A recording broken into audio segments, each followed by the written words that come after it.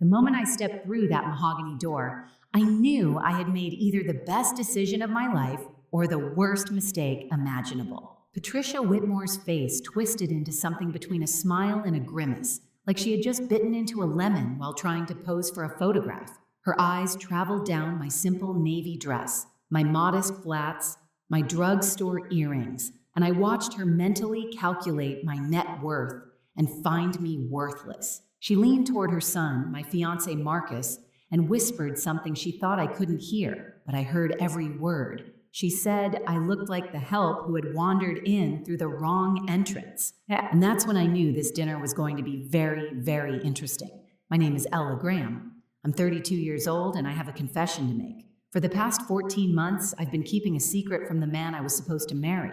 Not a small secret like eating the last slice of pizza and blaming it on the dog. Not a medium secret like the fact that I still sleep with a stuffed animal from childhood. No, my secret was that I make $37,000 a month. Before taxes, it's even more obscene. After taxes, it's still the kind of number that makes accountants do a double take and ask if there's been a mistake. I'm a senior software architect at one of the largest tech companies in the Pacific Northwest. I've been writing code since I was 15, sold my first app at 22, and have been climbing the corporate ladder ever since. I hold 3 patents.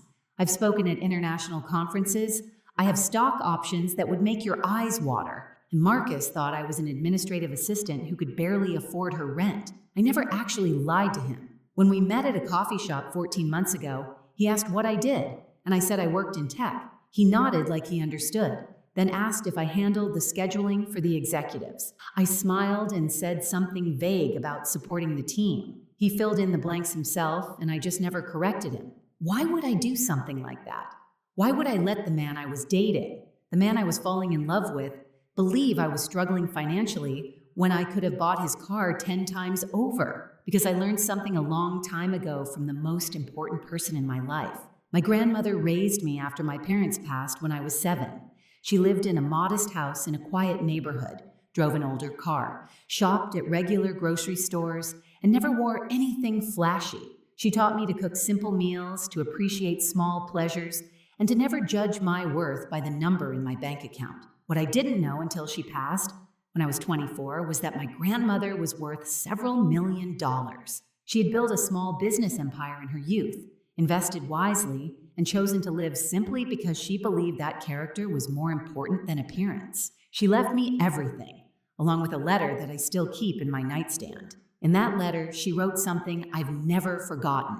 She said that a person's true character only shows when they think no one important is watching, when they believe you have nothing to offer them, when they think you're beneath their notice. That's when you see who they really are. So when Marcus invited me to dinner at his parents' estate, when he hinted that this might be the night things got serious, when he mentioned that his mother was very particular about first impressions, I made a decision.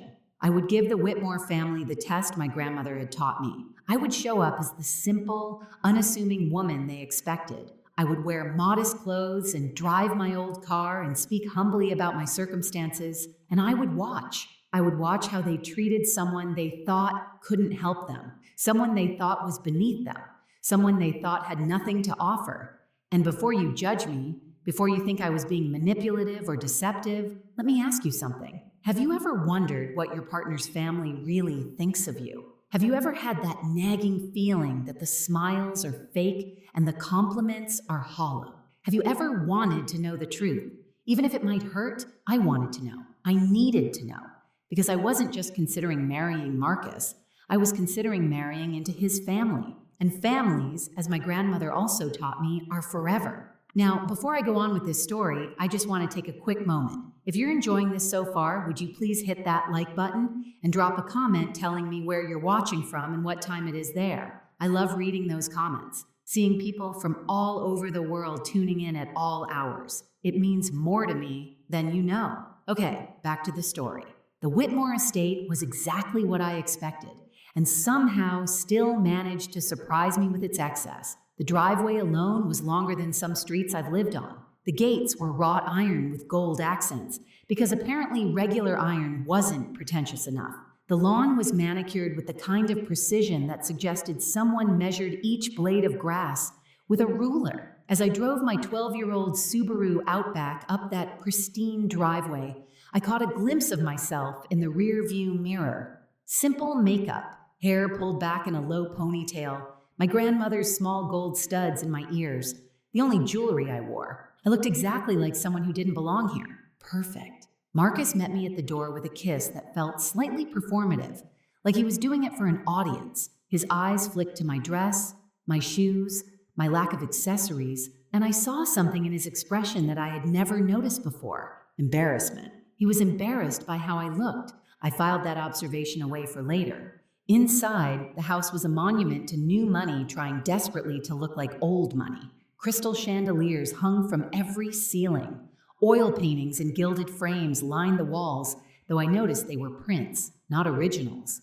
The furniture was expensive but uncomfortable looking, chosen for appearance rather than function. And there, standing in the foyer like a queen surveying her kingdom, was Patricia Whitmore. She was in her early 60s, with the kind of face that had clearly seen several excellent surgeons. Her blonde hair was styled in a perfect helmet that probably required industrial-strength hairspray to maintain. Her dress was designer, her jewelry was real, and her smile was absolutely, completely fake. She extended her hand to me like she was granting an audience. I shook it and felt the limpness, the dismissal, the complete lack of warmth. Then she made that comment to Marcus, the one about me looking like the help, and I smiled and pretended I hadn't heard a thing. The evening was about to get very interesting indeed. If I had known what I was walking into that night, I might have worn armor instead of a navy dress. But then again, I've always believed that the best armor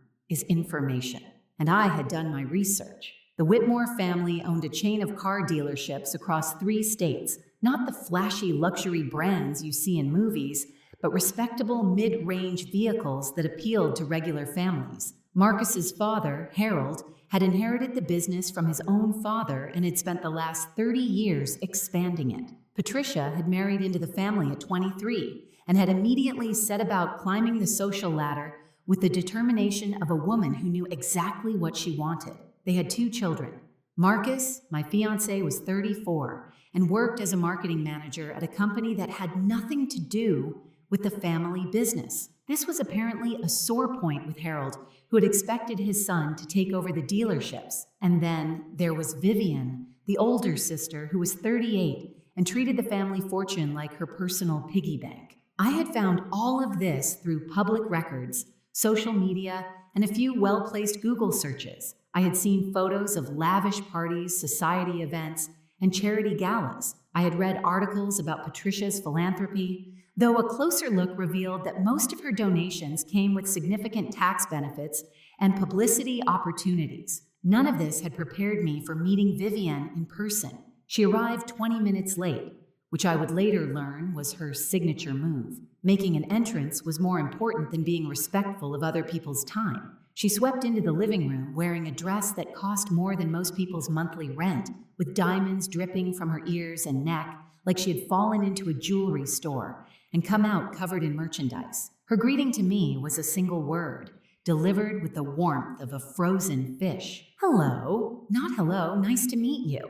Not hello, Marcus has told us so much about you. Just hello, with a slight curl of the lip that suggested she had smelled something unpleasant. I smiled and said hello back. She turned to her mother and began a conversation that pointedly excluded me, discussing some charity event and whether the florist had been fired yet for last month's debacle. I stood there, holding the glass of water I had been offered, feeling about as welcome as a vegetarian at a steakhouse. Marcus hovered nearby, looking uncomfortable but saying nothing. That was the second observation I filed away. Harold Whitmore was a different creature altogether. He was a large man, the kind who had probably been athletic in his youth, but had since surrendered to the comforts of wealth. He shook my hand with a grip that was meant to be impressive, but just felt tired. His eyes were shrewd, though, and I noticed him watching me with something that might have been curiosity. There was another guest at this dinner, someone I hadn't expected, an older gentleman named Richard Hartley, who was introduced as an old family friend and business associate. He was in his late 60s, with silver hair and sharp eyes that seemed to miss nothing. When he shook my hand, his gaze lingered on my face with a flicker of recognition that confused me. Did I know him? Had we met somewhere before? I couldn't place him, and he didn't say anything, but throughout the evening, I would catch him staring at me with that same puzzled expression. Patricia led us into the dining room, which was decorated like someone had been given an unlimited budget and zero taste. The table was long enough to host a royal banquet. The chairs were upholstered in what I assumed was real silk, and the place settings included more forks than I had ever seen outside of a restaurant supply store. I counted them. There were 6 forks at each place setting. 6 for a single meal. I've seen surgeries performed with fewer instruments. Patricia noticed me looking at the silverware and smiled that frozen smile of hers. She said she supposed I wasn't accustomed to formal dining, her voice dripping with false sympathy. I said that my grandmother always taught me that it's not the forks that matter, but the company you share the meal with. Patricia's smile tightened almost imperceptibly. Vivian snorted into her wine glass, and dinner began. The first course was some kind of soup that I couldn't identify, but that probably cost more per bowl than my weekly grocery budget. Patricia used this time to begin what I would later think of as the interrogation. She asked where I had grown up, and I said a small town in Oregon, which was true. She asked about my family. I said my grandmother had raised me, which was also true. She asked what my parents did. I said they had passed when I was young. Patricia made a sound that was supposed to be sympathetic, but came out sounding like a drain unclogging. She said how difficult that must have been, growing up without proper guidance. I said my grandmother provided all the guidance I ever needed. Vivian leaned forward, her diamonds catching the light from the chandelier overhead. She asked what my grandmother had done for a living. I said she had been a businesswoman. Vivian's eyebrows rose slightly. She asked what kind of business. I said small ventures, nothing too exciting. The truth, of course, was that my grandmother had built a company that she eventually sold for several $1,000,000. But that wasn't the kind of truth that would serve my purpose tonight. Patricia moved on to the next topic. She asked about my current job. I said I worked in tech. She asked if I was a secretary. I said I was more of a support role. Patricia nodded knowingly, as if this confirmed everything she had already decided about me. She said that was nice, that every team needed support staff. Marcus shifted uncomfortably in his chair, but still said nothing.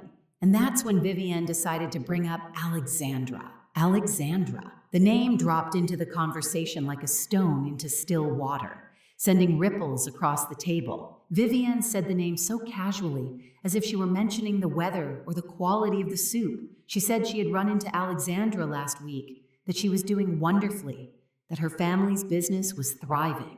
I watched Marcus's face carefully. Something flickered there, quickly hidden. Guilt? Nervousness? It was gone before I could identify it. Patricia picked up the thread with the enthusiasm of someone who had been waiting for this opportunity. She said Alexandra had always been such a lovely girl, so accomplished, so well suited to their family's lifestyle. She had been Marcus's girlfriend for 3 years. Did I know that? I said I didn't. Patricia smiled. She said it was such a shame when they had parted ways. Everyone had expected them to end up together. Alexandra's family owned an import company that dealt in luxury vehicles, which would have been such a perfect match for the Whitmore dealerships. The implication was clear. Alexandra had been the right choice. I was not. I looked around the dining room and noticed for the first time that there were photographs on the wall behind me. I turned slightly in my chair and saw a gallery of family moments, Christmases, birthdays, graduations. And in at least 4 of those photographs, a beautiful dark-haired woman stood next to Marcus, her arm linked through his, her smile radiant. Alexandra. Patricia followed my gaze and said nothing, but her satisfaction was almost palpable. Vivian twisted the knife a little deeper. She said Alexandra was still single, actually. Such a surprise that no one had snatched her up yet, almost like she was waiting for something. Or someone. I turned back to the table and smiled. I said she sounded like a remarkable woman. This was clearly not the response Vivian had expected. She blinked, momentarily thrown off balance. Patricia recovered first. She said yes, Alexandra was remarkable, and then, with the subtlety of a sledgehammer, she added that she hoped I wouldn't feel too out of place in their world, given my more modest background. I asked what she meant by modest. Patricia's smile grew teeth. She said she understood that not everyone was born into certain advantages, that some people had to work ordinary jobs and live ordinary lives, that there was no shame in being common. Common. She had called me common. I felt something shift inside me, but I kept my expression neutral. I had come here to learn the truth about these people, and the truth was becoming very clear indeed. Marcus finally spoke up. He said his mother didn't mean anything by that she was just being protective of him. Patricia patted his hand and said, of course she was protective. A mother always wants the best for her son. The unspoken conclusion hung in the air like smoke. And you are not the best. Harold cleared his throat and attempted to change the subject. He asked about my hobbies, whether I had any interests outside of work. I said I enjoyed reading, hiking, cooking simple meals, nothing fancy. Vivian laughed and said that was adorable, like a child listing their favorite activities. Richard, the family friend, spoke for the first time since we'd sat down. He said he thought there was something to be said for simple pleasures, that his own grandmother had lived a modest life and been the happiest person he had ever known. Patricia shot him a look that could have curdled milk. Richard ignored her and continued looking at me with that strange, searching expression. He asked what my grandmother's name had been. I said, Margaret Graham. Richard's eyebrows rose slightly, but he said nothing more, just nodded thoughtfully and returned his attention to his soup. The rest of dinner continued in much the same way. Patricia and Vivian took turns asking questions designed to remind me of my place, which in their minds was somewhere far beneath them. Marcus occasionally made weak attempts to defend me, but his heart clearly wasn't in it. Harold stayed mostly silent, watching the proceedings with the tired resignation of a man who had learned long ago that arguing with his wife was pointless. And through it all, Richard watched me. By the time dessert arrived, I had learned everything I needed to know about the Whitmore family. They were snobs of the highest order, the kind who measured human worth in dollars and social connections. They saw me as an obstacle to be removed, a problem to be solved, a mistake Marcus had made that needed correcting. But I had also learned something else, something I hadn't expected. Marcus was not the man I had thought he was. The Marcus I had fallen in love with was kind and attentive and seemed genuinely interested in me as a person. But this Marcus, the one who sat at his mother's table and let her tear me apart without a word of real protest, was someone different, someone weaker, someone who cared more about his family's approval than about defending the woman he claimed to love. I wondered which one was the real Marcus. I was about to find out. So after dessert, Patricia announced that we would have coffee in the sitting room. The men drifted toward the windows to discuss business, while Vivian excused herself to make a phone call. Patricia said she needed to speak with the housekeeper about something and would join us in a moment. This left me alone with my thoughts and a perfect opportunity. I excused myself to find the bathroom. Marcus pointed me toward the back of the house, down a long hallway lined with more pretentious artwork. I walked slowly, taking in the details. The house was impressive from a purely financial standpoint, but it felt cold, empty, like a museum that no one actually lived in. The bathroom was easy to find, but I wasn't really looking for it. What I was looking for was information, understanding, some clue that would help me make sense of the evening. I found something much better. As I walked past a partially open door, I heard voices, Patricia's voice and Vivian's. I stopped. Every instinct told me to keep walking, to respect their privacy, to not eavesdrop like a character in a soap opera. But something in Patricia's tone made me pause, something sharp, urgent. I moved closer to the door, staying in the shadows. Patricia was saying that we needed to deal with this situation quickly, that Marcus couldn't be allowed to make this mistake. Vivian agreed. She said she couldn't believe he had actually brought her here, that she had thought this was just a phase, like his vegetarian period in college. Patricia said this was more serious than a diet. This woman could ruin everything. I felt my heart beating faster. They were talking about me. Of course they were talking about me. But what came next was what really made my blood run cold. Vivian said the timing couldn't be worse. She said they needed the merger with the Castellano family to go through, and Marcus needed to be with Alexandra for that to happen. Castellano. That was Alexandra's family name, the luxury car importers. Patricia agreed. She said the dealership was in trouble. that they needed the Castellano partnership to survive the next fiscal year. I felt the floor shift beneath me. The Whitmore dealerships were in financial trouble. I had suspected something from my research, but this confirmed it. Vivian continued.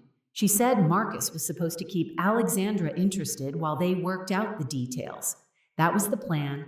Alexandra's family would invest in the dealerships, and in return, they would get access to the Whitmore distribution network. Patricia said Marcus had assured her that he was keeping his options open with Alexandra. Options open. While he was proposing to me, I leaned against the wall, my mind racing. This wasn't just snobbery. This wasn't just a family who didn't like their son's girlfriend. This was calculated, strategic. Marcus wasn't just a weak man who couldn't stand up to his mother. Marcus was using me, but for what? Why keep me around if Alexandra was always the plan? Vivian answered my unspoken question. She said Marcus was such a fool. He actually seemed to like this little secretary, this nobody. He was supposed to use her as a placeholder until the deal with Alexandra was finalized, but he was getting attached. A placeholder. That's what I was, a placeholder, a distraction. Someone to keep Marcus occupied while the family worked out their business arrangements. Patricia said they would handle it. She said they would make the engagement announcement tonight, get Marcus publicly committed to this girl, and then find a way to break them up before the wedding. Once they had Alexandra secured, they would discover some terrible secret about me that would justify ending the engagement. Vivian asked, "What terrible secret?" Patricia said they would invent one if necessary. I stood in that hallway, frozen, listening to two women plan the destruction of my relationship, like they were planning a dinner party. And then, Vivian said something that made everything even worse. She said at least the girl was too stupid to suspect anything, that Marcus had picked well in that regard. She was naive, trusting, probably just grateful that someone like Marcus had noticed her at all. Patricia laughed and agreed. I stepped back from the door, moving silently down the hallway. My hands were shaking, but not with hurt, with anger. They thought I was stupid. They thought I was naive. They thought I was so desperate for love that I would accept whatever crumbs they threw my way. They had no idea who they were dealing with. I found the bathroom, splashed some cold water on my face, and looked at myself in the mirror. The woman looking back at me was not broken. She was not devastated. She was thinking, I had come here tonight to test Marcus's family, and they had failed spectacularly. But the test had revealed something I hadn't expected. Marcus himself was part of the problem. He wasn't just caught between me and his family. He was actively deceiving me. The question now was what to do about it. I could confront him. I could walk out there right now and tell everyone exactly what I had heard. I could create a scene, expose their plans, and leave this house forever. But that would be too easy, too quick. They would dismiss me as emotional, dramatic, bitter. They would tell themselves that I was just proving their point about me. If I was going to respond to this betrayal, I would do it my way, on my terms, with a plan that they would never see coming. My grandmother had taught me many things, but one lesson stood above all others. She said that when someone underestimates you, they have given you a gift, the gift of surprise. Patricia and Vivian had just given me the greatest gift of all.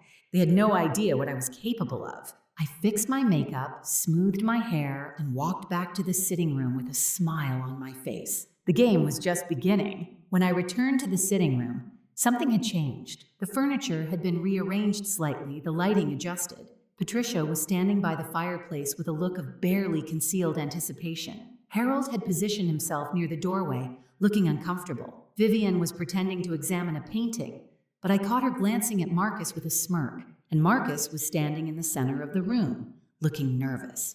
Too nervous. He turned when I entered, and his face broke into what was supposed to be a loving smile. He walked toward me, took my hands in his, and said he wanted to ask me something. I felt the trap closing around me. Marcus said that he knew we hadn't been together very long and that his family could be a little overwhelming at first. But he said he knew what he wanted. He said he wanted me. And then he got down on one knee. The ring he produced was large and flashy, exactly the kind of thing Patricia would approve of. It was also, I noticed immediately, of questionable quality. The diamond was cloudy. the setting uneven. It was the kind of ring that looked impressive in dim lighting, but would reveal its flaws in the harsh light of day, much like the man holding it. Marcus asked me to marry him. Behind him, Patricia was beaming. This was clearly the plan, the first step in their strategy. Get Marcus publicly committed to me, then find a way to dispose of me later. In the meantime, they would use the engagement to keep Alexandra waiting, dangling the promise of Marcus while they worked out their business arrangements. I understood all of this in the space of a heartbeat. I also understood that I had a choice to make. I could say no. I could reject this proposal from a man who was using me in front of a family who despised me. I could walk out with my dignity intact and never see any of them again, but that would end the story too soon. I thought about what I had heard in the hallway. I thought about their plans to invent some scandal about me. I thought about how they saw me as stupid, naive, disposable. And I thought about how satisfying it would be to show them exactly how wrong they were. So I said yes. Marcus slipped the ring on my finger, and Patricia began clapping like she was at a theater performance. Vivian offered her congratulations with all the warmth of a January morning in Alaska. Harold shook Marcus's hand and told him he had done well. Richard caught my eye from across the room. There was something in his expression, something knowing, like he suspected that this story had a few more chapters to go. I smiled at him,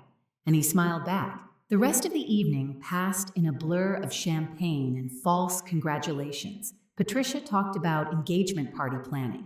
Vivian discussed venues. Harold mentioned business opportunities that might arise from the union of our families, though he stumbled over this, clearly unsure what my family could possibly bring to the table. Marcus stayed close to me, playing the role of devoted fiancé with surprising conviction. If I hadn't heard what his mother and sister had said, I might have believed it, but I had heard, and I would never forget. When the evening finally ended, Marcus walked me to my car. The night air was cold and clear, and for a moment, we just stood there in the driveway looking at each other. He asked if I was okay. He said he knew his family could be a lot, but he promised they would warm up to me eventually.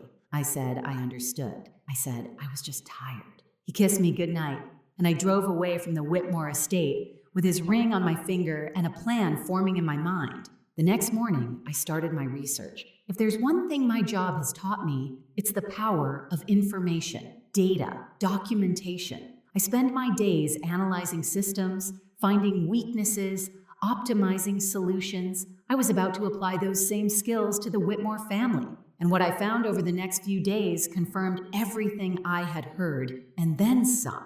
The Whitmore dealerships were indeed in financial trouble. Not just a rough patch, but serious structural problems. They had expanded too quickly during the boom years, taken on too much debt, and now the bills were coming due. Their main franchise agreement was up for renewal, and the manufacturer was looking at other options. The partnership with Alexandra's family wasn't just strategic, it was desperate, but that wasn't all. As I dug deeper, I found something else, something that the Whitmores probably thought was hidden forever. Vivian had been embezzling from the family business. The amounts were small at first, hidden in expense reports and petty cash accounts, but over the years, they had added up. Hundreds of thousands of dollars siphoned off to fund her lifestyle while the company struggled. I printed out everything I found: legal documents, financial statements, records of suspicious transactions, and then I started making phone calls. My grandmother's name still carried weight in certain circles. The business contacts she had cultivated over decades remembered the Graham family with respect. When I reached out, they were happy to talk. One of those contacts happened to know Richard Hartley, and Richard, it turned out, had his own history with the Whitmore family. They had cheated him on a business deal years ago. Nothing illegal, just unethical enough to leave a bitter taste. He had been waiting for an opportunity to even the score. I was about to give him that opportunity. Before we continue, I just want to say something from my heart. This channel means so much to me, and every single like, every comment, every subscription helps more than you know. If you're enjoying this story, would you please take just 2 seconds to hit that subscribe button? It really makes a difference. Thank you. Now, back to what happened next. The next few weeks were an exercise in patience and performance. I played the role of the happy fiancé with the skill of an award-winning actress. I attended family dinners at the Whitmore estate. I listened to Patricia's passive-aggressive comments with a smile. I watched Vivian flaunt her designer clothes and expensive jewelry, knowing exactly where the money had come from, and I watched Marcus. He was different now, or maybe I was just seeing him clearly for the first time. The attentiveness I had once found charming now seemed calculated. The compliments felt rehearsed, and his phone, which he guarded with increasing vigilance, buzzed with messages that he quickly hid from view. I knew who was texting him. I had seen the name flash across his screen more than once. Alexandra. One evening, I told Marcus I was working late. Instead, I parked near the restaurant where he was supposed to be meeting a client. He wasn't meeting a client, he was meeting her. I watched through the window as they sat together at a corner table, their heads close together, their body language unmistakably intimate. At one point, he took her hand across the table. At another, she laughed at something he said and touched his face. I took photographs, not because I needed evidence for any legal purpose, but because I wanted to remember this moment. I wanted to remember exactly who Marcus Whitmore really was. He wasn't just weak, he wasn't just a mama's boy. He was a liar and a cheat, actively maintaining two relationships while his family orchestrated the outcome from behind the scenes. The rage I felt in that moment was white hot and purifying, but I didn't act on it, not yet. Instead, I went home and added the photographs to my growing file. Richard and I had been meeting regularly, always in secret. He had his own documentation of the Whitmores' questionable business practices. He knew people who had been hurt by their dealings over the years. He was more than willing to help bring them down. But he asked me why. He said he understood his own motivations, but he wanted to know mine. Was this just about revenge, or was it something more? I thought about his question for a long time before I answered. I said it wasn't about revenge, it was about truth. I said the Whitmores had spent their lives using their money and position to manipulate people. They treated anyone they deemed beneath them as disposable. They were raising Marcus to be the same way, and they would keep doing it to others long after I was gone. I said someone needed to show them that their money couldn't protect them from consequences. Richard nodded slowly. He said my grandmother would be proud. That was the moment I knew I had made the right choice. The engagement party was set for 3 weeks later. The Whitmores were hosting it at their estate, inviting everyone who mattered in the business community. Patricia was treating it like a coronation, an opportunity to show off her perfect family to the world. She had no idea what was coming. I spent those 3 weeks preparing. I coordinated with Richard. I made strategic calls to industry contacts. I even reached out to the car manufacturer that was considering dropping the Whitmore dealerships. They were very interested in what I had to share. And then, the night before the party, I did one last thing. I gave Marcus one final chance to be honest. We were sitting in his apartment going over last-minute details for the party. I asked him, casually, how he felt about us, about our future. He said he was excited. He said he couldn't wait to marry me.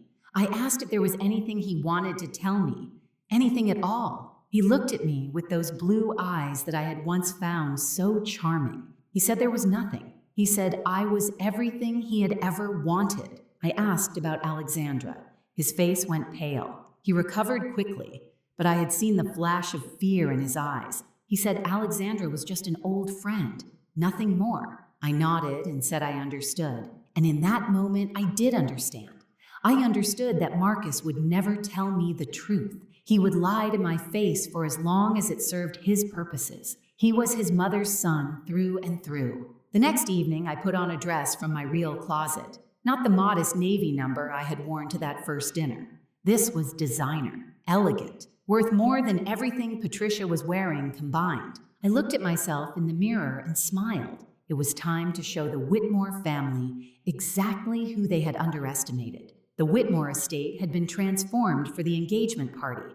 White tents dotted the manicured lawn. Crystal chandeliers hung from temporary structures, casting prismatic light across the gathering crowd. A string quartet played tasteful classical music near the fountain. Waiters in crisp uniforms circulated with champagne and hors d'oeuvres that probably cost more per bite than some people's hourly wage. Patricia had outdone herself. This wasn't just a party, this was a statement. I pulled up in my usual Subaru, watching the valet's expressions as they tried to reconcile my modest vehicle with the parade of Mercedes and BMWs that had preceded me. One of them actually asked if I was with the catering company. I smiled and handed him my keys. The walk from the parking area to the main tent felt like a runway. With every step, I shed the persona I had been wearing for the past 3 weeks: the nervous girlfriend, the grateful fiancé, the simple woman who should be thankful for Patricia Whitmore's grudging acceptance. Tonight, I was Ella Graham, the real one. My dress was a deep emerald green, custom fitted by a designer whose name was whispered in fashion circles with reverence. My jewelry was understated, but unmistakable to anyone who knew quality. My grandmother's diamond pendant hung at my throat, a piece that had been appraised at more than most cars cost. My watch was a limited edition that only 50 people in the world owned. I had spent the past 14 months hiding who I was. Tonight, I would stop hiding. The first person to notice me was a woman I didn't recognize, someone's wife or girlfriend standing near the entrance to the main tent. She looked at me, did a double take, and then whispered something to her companion. They both stared. I kept walking.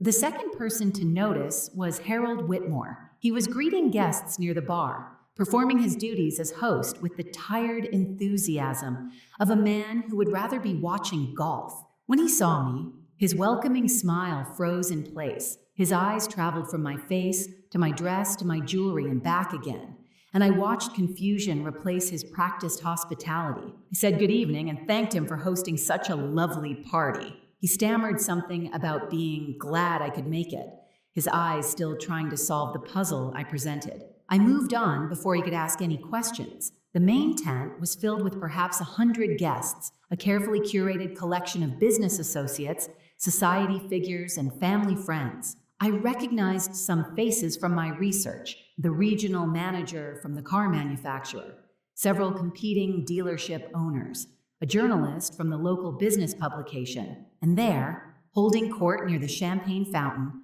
was Patricia Whitmore. She was wearing a cream-colored gown that had probably cost a small fortune, though it was clearly off the rack despite her best efforts to suggest otherwise. Her jewelry was impressive by normal standards, but unremarkable by the standards of true wealth. She was laughing at something one of her guests had said, her head thrown back in that practiced way that suggested she had learned to fake amusement at finishing school. She hadn't seen me yet. I collected a glass of champagne from a passing waiter and made my way through the crowd, stopping to introduce myself to several guests along the way. Each interaction followed the same pattern: confusion at my appearance, surprise when I mentioned I was Marcus's fiancée, renewed confusion when my dress, my jewelry, my manner didn't match whatever they had been told about me.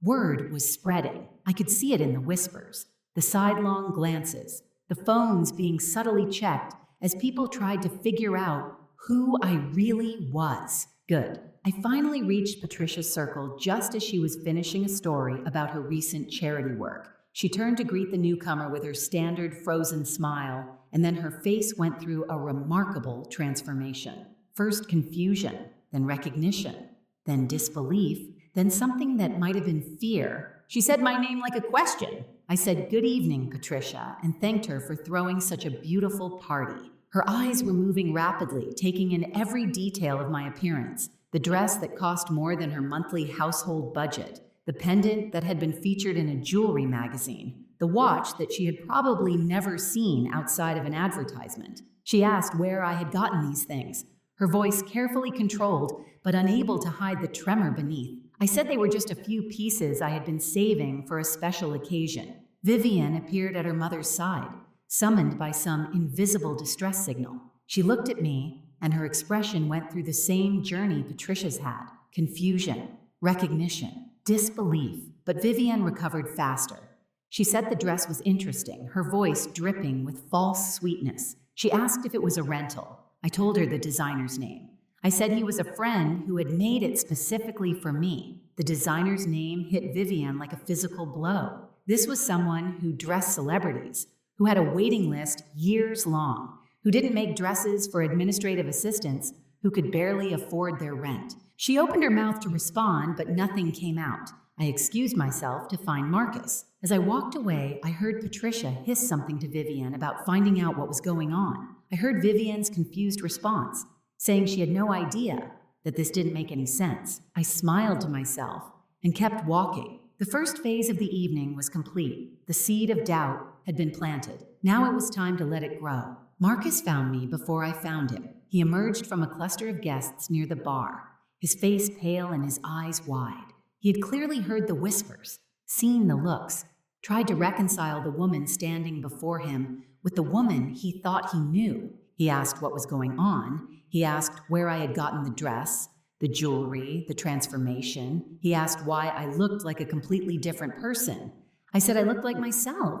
He stared at me, and I watched something shift behind his eyes, not understanding exactly. More like the first crack in a wall that had been hiding an uncomfortable truth. He asked if we could talk privately. I said later. I said this was our engagement party after all. We had guests to attend to. Before he could protest, I took his arm and steered him toward a group of business associates. These were the men and women who ran the automotive industry in our region, the people whose opinions actually mattered to the Whitmore dealership's survival. They had been watching my entrance with undisguised curiosity. I introduced myself properly this time. I gave my full name, Ella Graham, and mentioned my position at my company. I watched their expressions change as they recognized the company name, as they realized who I actually was. One of them, a silver-haired man who ran a competing dealership chain, said he had heard of me. He said his nephew worked in tech and had mentioned my name in connection with some innovative software solutions. I said that was very kind of him. Another guest, a woman who handled mergers and acquisitions for a major investment firm, asked if I was related to Margaret Graham. I said she was my grandmother. The woman's eyebrows rose. She said my grandmother had been a remarkable businesswoman. She said the Graham name still carried significant weight in certain financial circles. I could feel Marcus tensing beside me. He had no idea what any of this meant. He'd never asked about my family beyond the most superficial questions. He had assumed poor meant unimportant, and he had never bothered to look deeper. His mistake. The evening continued, and with each conversation, the truth spread further. People were talking, checking their phones, confirming details. The narrative was shifting beneath the Whitmores' feet, and they didn't know how to stop it. Richard arrived about an hour into the party. He found me near the rose garden, momentarily alone, while Marcus was pulled away by his father for some urgent conversation. Richard said the manufacturer's representative was here. He said the man had been very interested in the documentation Richard had shared with him earlier in the week. I asked if he was ready. Richard said he had been ready for years. We talked for a few more minutes, finalizing the details of what would happen next. Then Richard melted back into the crowd, and I returned to my role as the happy fiancé. Patricia found me next. She had regained some of her composure, though I could see the strain around her eyes. She pulled me aside with a grip that was stronger than necessary and demanded to know what I was doing. I asked what she meant. She said I knew exactly what she meant. She said the dress, the jewelry, the stories I was telling people about my grandmother and my job. She said she wanted to know what my game was. I said there was no game. I said I was simply being myself. She said that was impossible. She said Marcus had told her about my circumstances. She said I was a secretary who lived in a studio apartment and drove a car that belonged in a junkyard. I said Marcus had made certain assumptions. I said I had never actually told him those things. Patricia's face went very still. I said I worked in tech, which was true. I said I had a support role, which was also true since architects support the development teams. I said I had never claimed to be poor. I said I had simply never corrected their assumptions. She asked why. I looked at her directly. I said my grandmother taught me that a person's true character only shows when they think no one important is watching. I said I wanted to know who the Whitmore family really was. Patricia's face drained of color. I said now I knew. Before she could respond, the string quartet stopped playing. Harold Whitmore's voice came over the speaker system, announcing that it was time for the official toasts and speeches. Patricia looked at me with something that might have been fear. I smiled and walked toward the stage. The main event was about to begin. The stage had been set up at the far end of the main tent, decorated with flowers and soft lighting that was probably meant to be romantic, but instead felt like a spotlight waiting for its moment. Harold stood at the microphone, welcoming guests and thanking them for coming to celebrate this special occasion. He talked about family, about tradition, about the importance of strong partnerships in both business and life. His eyes kept darting to Patricia, who was making her way through the crowd toward the stage with the determination of a general approaching a battlefield. She reached the microphone just as Harold was finishing his remarks. She took over smoothly, her composure firmly back in place, her smile as frozen and perfect as ever. She said she was so pleased to welcome everyone to this celebration of her son's engagement. She said Marcus had found himself a wonderful young woman, someone who would be a perfect addition to the Whitmore family. She said they had exciting plans for the future, plans that would ensure the Whitmore legacy continued for generations to come. Then she began to hint at business opportunities. She talked about growth and expansion. She talked about new partnerships and strategic alliances. She talked about the Whitmore dealerships entering an exciting new chapter. I watched the manufacturer's representative shift uncomfortably. I saw Richard catch his eye and nod almost imperceptibly. Patricia was building towards something. She was using this engagement party as a platform for some kind of business announcement, probably related to the Castellano merger that was supposed to save their company. She called Marcus to the stage. He climbed the steps looking nervous, though he was trying to hide it behind his practiced smile. He stood beside his mother and looked out at the crowd, searching for me, his expression complicated. Patricia said there was one more person who should be on this stage. She said she wanted to welcome her future daughter-in-law, the woman who had captured her son's heart. She said my name, and the crowd turned to look at me. I set down my champagne glass and walked toward the stage. The tent was silent except for my footsteps. Every eye was on me.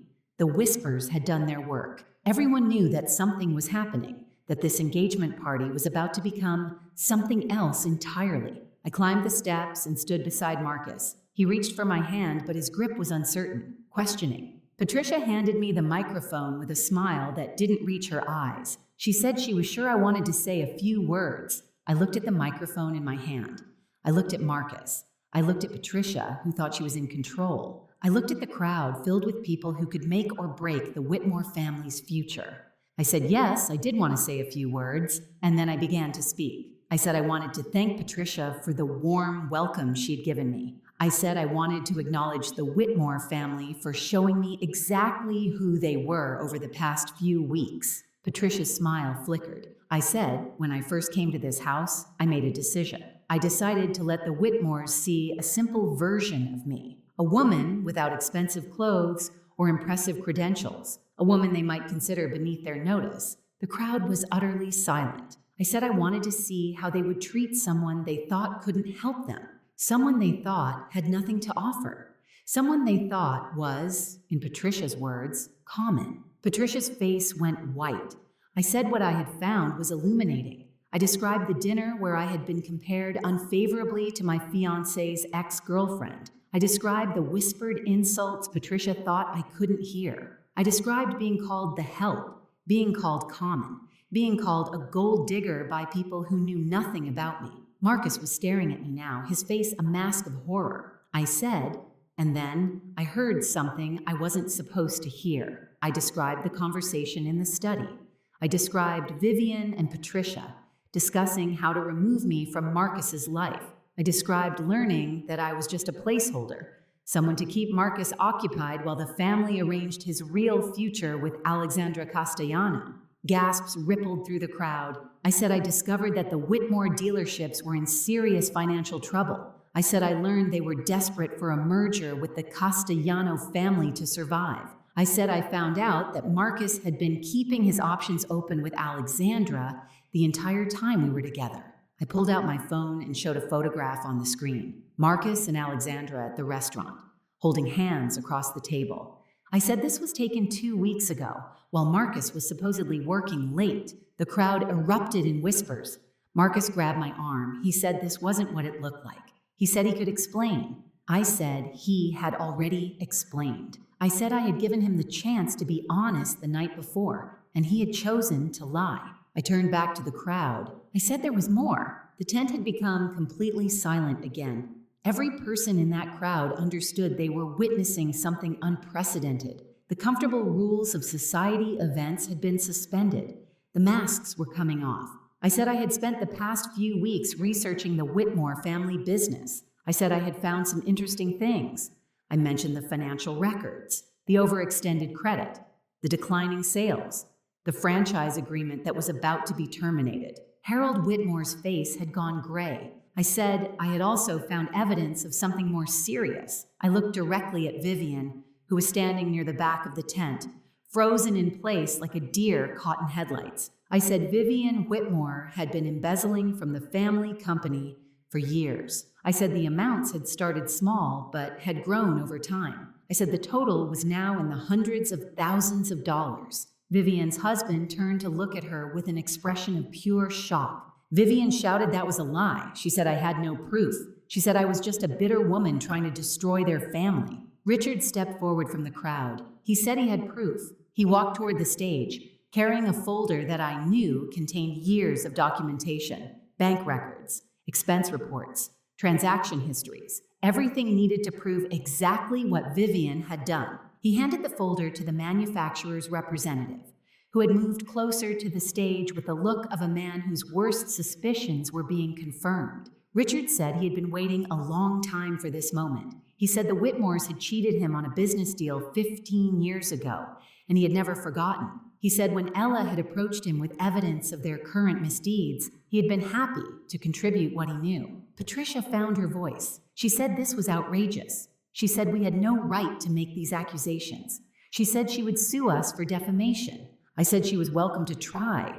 I said everything I had shared was documented and verifiable. I said the financial records were public information, available to anyone who knew where to look. I said the evidence of Vivian's embezzlement had been compiled from sources that would hold up in any court. I looked at Marcus, who was still standing beside me, looking like a man whose entire world had collapsed. I said there was one more thing. I reached up and removed the engagement ring from my finger. The cloudy diamond caught the light, revealing all its flaws. I said I would not be marrying Marcus Whitmore. I said I had never intended to, not after I learned the truth about him and his family. I said the only reason I had said yes to his proposal was to give them enough rope to hang themselves. I handed the ring back to Marcus. I said he should give it to Alexandra. I said she was clearly the one he actually wanted.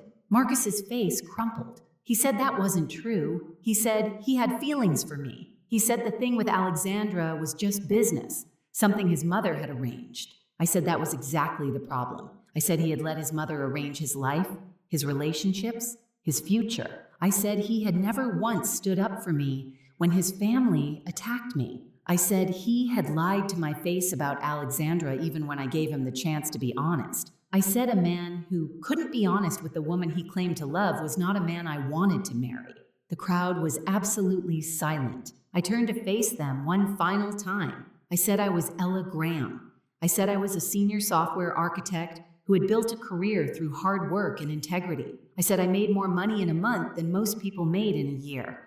And I lived simply because my grandmother had taught me that wealth was not the measure of a person's worth. I said the Whitmores had shown me their true character. They had revealed themselves as people who judged others by their bank accounts and social status. They had treated me with contempt because they thought I had nothing to offer them. I said that was the kind of character that would eventually destroy them, with or without my help. I set the microphone down on the podium and walked off the stage. The crowd parted for me like water. No one spoke. No one tried to stop me. Behind me, I heard the chaos begin. I didn't look back as I walked through the tent, but I could hear everything. Patricia's voice, high and desperate, trying to salvage the situation. She was saying there had been a misunderstanding, that I was clearly disturbed, that none of what I had said was true, but the damage was done. I could hear the manufacturer's representative speaking into his phone, his voice clipped and professional. I could hear other guests murmuring, some already heading for the exits, wanting to distance themselves from the disaster unfolding before them. I reached the edge of the tent and paused. Vivian had cornered her husband near the bar, trying to explain, trying to justify. His expression was stone. He was looking at her like he had never seen her before, like the woman he had married had been replaced by a stranger wearing her face. Harold was slumped in a chair, his head in his hands. The patriarch of the Whitmore Empire, brought low by the exposure of secrets he had probably suspected but never wanted to acknowledge. And Marcus. Marcus was standing alone on the stage, the rejected ring still clutched in his hand. He was looking at me with an expression I couldn't quite read. Anger, grief, regret, didn't matter anymore. I walked out of the tent and into the cool night air. The stars were bright overhead, indifferent to the human drama playing out beneath them. I took a deep breath, filling my lungs with air that felt cleaner somehow, lighter. Richard found me by the fountain a few minutes later. He said it was done. He said the manufacturer had already made the call. The Whitmore dealerships would lose their franchise agreement by the end of the month. I asked if he felt satisfied. He said satisfaction wasn't quite the right word. He said it felt more like relief, like a debt that had finally been paid. I understood what he meant. He asked what I would do now. I said I would go home. I said I would sleep well for the first time in weeks. I said I would wake up tomorrow and continue building the life I had created for myself, the life that had nothing to do with Marcus Whitmore or his family. Richard nodded. He said my grandmother would have been proud of me tonight. I felt tears prick at my eyes, unexpected and unwelcome. I said I hope so. He handed me a business card. He said if I ever needed anything, I should call. He said he owed me one. I tucked the card into my purse and thanked him. Then I walked to the valet station, collected my old Subaru from a very confused attendant, and drove away from the Whitmore estate for the last time. In my rearview mirror, I could see guests streaming out of the tent, the party dissolving into chaos. I could see Patricia gesturing wildly, still trying to control a narrative that had slipped completely beyond her grasp.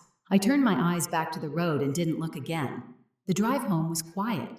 I didn't turn on the radio. I didn't call anyone. I just drove through the night, letting the miles put distance between me and everything that had happened. When I finally reached my modest apartment, I sat in the car for a long moment before going inside. I thought about Marcus, about the man I had believed he was and the man he had turned out to be. I thought about how close I had come to marrying him, to binding my life to his, to becoming part of a family that would have treated me with contempt forever. I thought about my grandmother and the lesson she had taught me about character and worth, and I thought about the future, my future, the one I would build for myself on my own terms, with people who valued me for who I was rather than what I could give them. I got out of the car and went inside. My apartment was small and simple, just the way I liked it. I made myself a cup of tea, changed out of my designer dress, and sat by the window in my old, comfortable robe. The city lights sparkled below me,